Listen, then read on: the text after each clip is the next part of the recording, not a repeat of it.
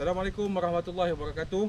Selamat bertemu kembali untuk pelajaran hari ini, iaitu ikhtiar hidup di dalam skop ataupun konteks menyediakan tempat berlindung sementara ataupun shelter bagi setiap orang yang mengikuti latihan intensif bakal komander.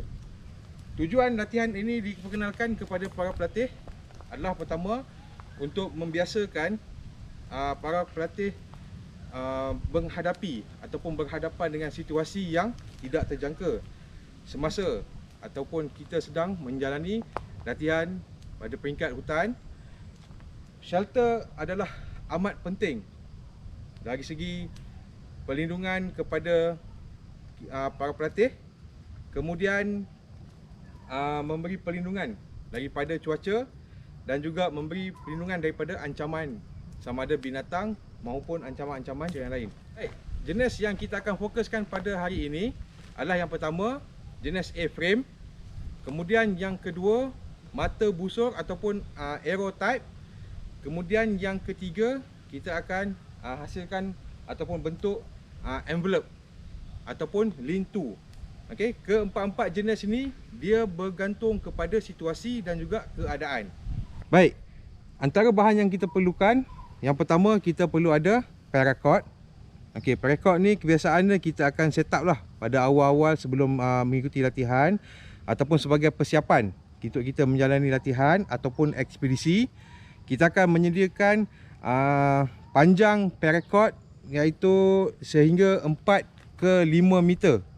Okey, menggunakan diameter 4 mm. Kemudian di sini saya menggunakan ikatan prusik. Ini bagi tujuan untuk kita nak mengunci ataupun kita nak kekalkan kedudukan fly kita tanpa lain-lain bahan, sama ada carabiner ataupun loop yang kita biasa gunakan. Kemudian yang kedua, kita perlu ada fly sheet ataupun helaian terbang. Selain fly sheet, kita boleh juga gunakan poncho ataupun apa-apa sahaja jenis plastik tarpaulin untuk kita jadikan tempat pelindung sementara.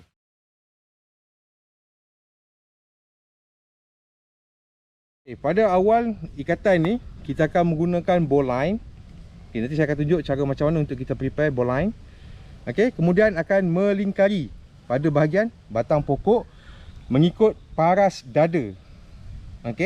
Kita akan ukur separas dengan dada kita dan kita akan masukkan satu lagi tali thread line dan kita akan selit batang kayu ini untuk dia mengekalkan kedudukan dia. Sebenarnya kaedah ini memudahkan kita untuk kita mengemas dengan lebih pantas. Setelah kita dah pasang ridge line ni, kita namakan dia sebagai ridge line, iaitu tali utama untuk kita nak lekat ataupun kita nak sangkut kita punya fly untuk kita jadikan dia shelter. Untuk yang ni kita akan fokuskan shelter jenis A-frame. Caranya pada bahagian fly,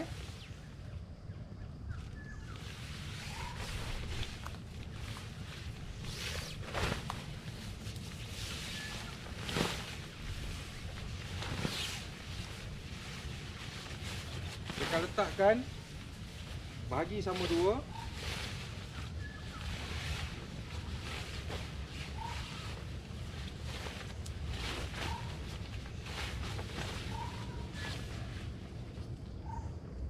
Pada ikatan prusik ini, kita akan masukkan kepada pinhole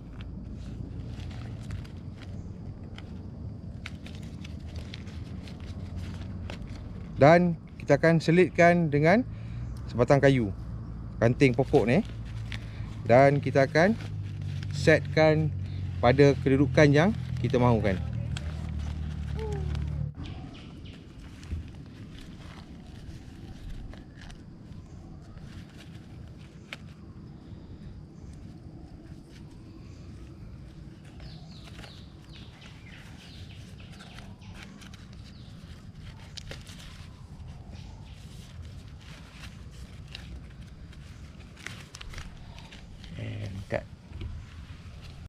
Ini merupakan shelter jenis lean tight yang mana pada bahagian belakang kita akan pasangkan pancang pada setiap pinhole untuk mengekalkan kedudukannya.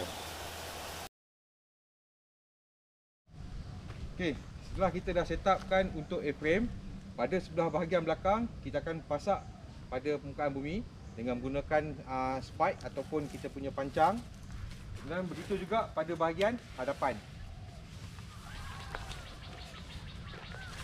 Okey, sekarang telah siap untuk jenis A-frame. Kemudian kita akan tengok pada bahagian dalam dia macam mana untuk kita nak set up. Okey, jadi beginilah keadaan bentuk bagi A10 ataupun A-frame dengan menggunakan flysheet. So dalam ni kita akan bentangkan grounds beserta dengan peralatan-peralatan kita, dan kita boleh berlindung untuk sementara. Seterusnya daripada A-type, kita akan pergi kepada arrowhead ataupun dalam bentuk mata anak panah.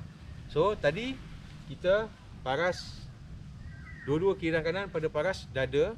Kemudian yang ni salah satu dia akan pada ground level ataupun pada paras permukaan.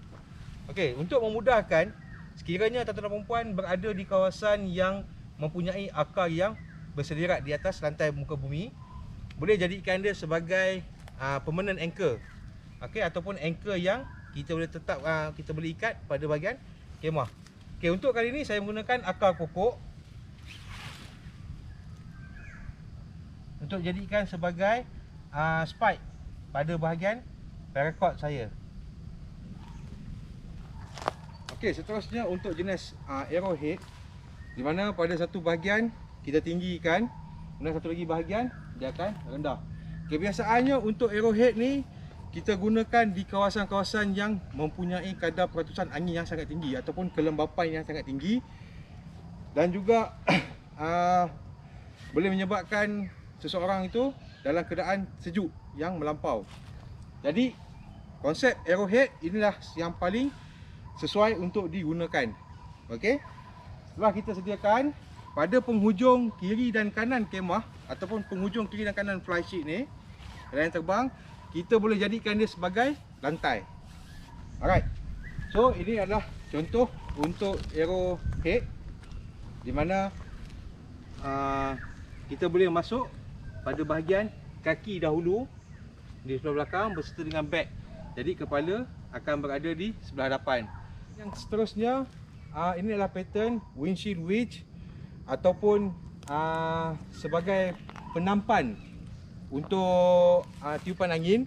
Dan ini kebiasaannya sekiranya ekspedisi ataupun peserta yang ramai, kemudian kita mempunyai flysheet yang besar, so pattern ini amatlah digalakkan.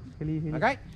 Kemudian pada bahagian bawah ni kita akan lapiklah, kalau sekiranya ada ground sheet, kita akan lapik dengan ground. Sekiranya tiada, kita boleh kutip daun-daun ataupun pokok-pokok yang kecil untuk kita jadikan dia sebagai lantai. Tu jaga parang kan, angkat. Burulah sarung dia balik. Dekat api.